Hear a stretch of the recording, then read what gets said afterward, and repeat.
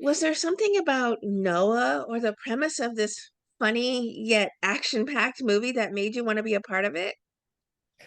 Yeah, well, the thing is that it was such a fun character to dive into because in a weird way, you could say that Noah could be sort of an outcome if I would have made a couple of wrong decisions when I was younger. I kind of grew up in similar neighborhoods than Noah and Carlos. I did have quite an interesting uh, childhood in my teenage years. So yeah, but luckily I went into the right direction, but somehow it just kind of feels that Noah could have been a yeah, a left turn where I went right, or the other way around, you know? How did they describe Noah to you originally? Certainly, he's there to look out for his daughter and his wife. Yeah, the thing is that I think Noah is somebody who wants to grow up, uh, but somehow just can't get his act together. Like he's somebody who feels like he's just like one little break away from, yeah, hitting the lottery, so to speak, and being home free, but he just like always kind of puts himself into more trouble. There's so many epically funny scenes to this movie, but there's also a lot of heart to it as well. Was there a particular scene that you were most proud of, or one that you think is the most memorable to you? I mean, for me, like probably the scene that uh took most for me, like emotionally, was the final car scene when we drive to the, let's say, the final showdown. Because a lot happened for me right before the movie started shooting, like two or 3 days before the movie started shooting, when I actually was in rehearsals with the director here in the studio.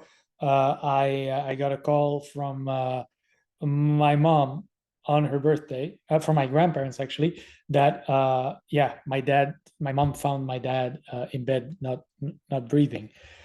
So he passed away 3 days later, so that kind of forced us to postpone the shoot. I'm still super grateful to Jonas and Peter, the director and the producer, that they immediately said like, okay, listen, we just can't. Like they immediately postponed the shoot, and 2 months later, and then in the meantime, uh, a month later, my son was born. So the big difference for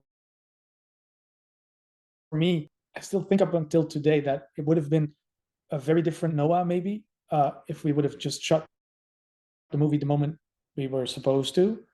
Uh, After those 2 months, it just gave me so much extra baggage, and I think a lot of that baggage was that scene gave me the opportunity to sort of unload a lot of that baggage. But like it just like for me, it was letting things run free, and I think it probably shows on the screen also. I love the friendship, or at least the partnership between Carlos and Noah. Talk about working with that actor to sort of flesh out that friendship. I mean, like I didn't really know Jeroen before. Like we met once or twice. Think on the set of Gangster, we met closely.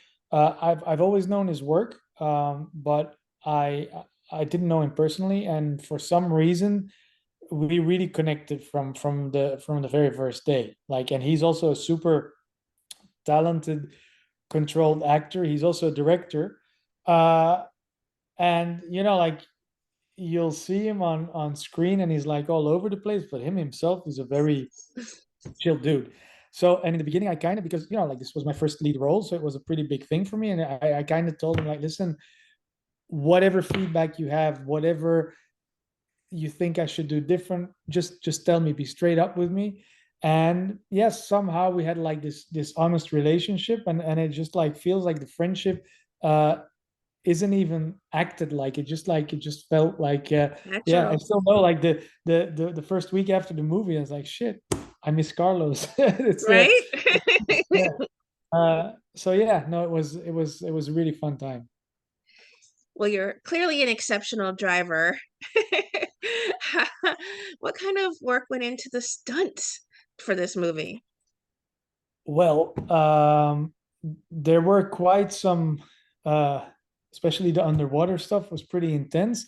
The driving, though, I have to be honest, I did have some help because the car was constructed, and it was actually like it's a Dutch company that does it. They actually constructed like sort of a go car on the car, so I had somebody like co-steering the car with me. But the thing is, I could also like do all my movements myself, so that's why it feels like real because it just like all happens. But I had like the craziest stunt drivers helping me out, so that was a lot of fun. It was a couple of times that I'm like, oh shit, what's going on here? But yeah, it was fun. How did you shake off a long day of having like your adrenaline at like 100? You're slammed on a car, front of the car, you're driving everywhere, there's drug, there's everything involved. How did you shake off a long day of being so intense for this role? I mean, to be fair, I got acquainted with the car really well because as you know, the whole movie takes place in a car. So those were like 10, 12 hours days sitting in a car seat. And you would think like, oh, that's actually quite comfortable, but it gets like very, very intense. And like all the scenes, like everything just was it was such an interesting shoot because like every scene was so completely different, and I got to work with so many great people. So for me, it's still, even though it's been a while now, it's still one of the most interesting things that I've done in my career. Even in my career as an artist, like if I throw everything together, the shooting hazard is like way up there. Well, the music to this movie is exceptional, and you're a DJ. Did you have any influence on what's played in what scene? Yeah, let's say that is something that I mean, I don't want to take full credit for it. It's between me and the director Jonas.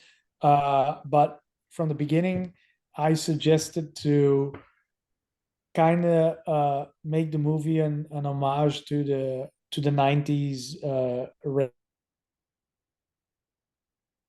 scene in Belgium. So I kind of made a playlist of the songs that I felt that would work for the movie, and then Jonas just dove in them, and he just listened to them over and over, and then we just sort of came to this playlist, and even some of the scenes were actually recorded on the music. So it's just like feels, yeah, it was a genuine feeling. Well, what's next for you? Have you been working on any other projects? Do you have any festivals you'll be playing at soon? Yeah, I mean, I did a fun part in It's a Wonderful Knife, that came out around Christmas, the Christmas horror slasher. I'm working on a couple of other projects right now, so I should be shooting one or two things over summer.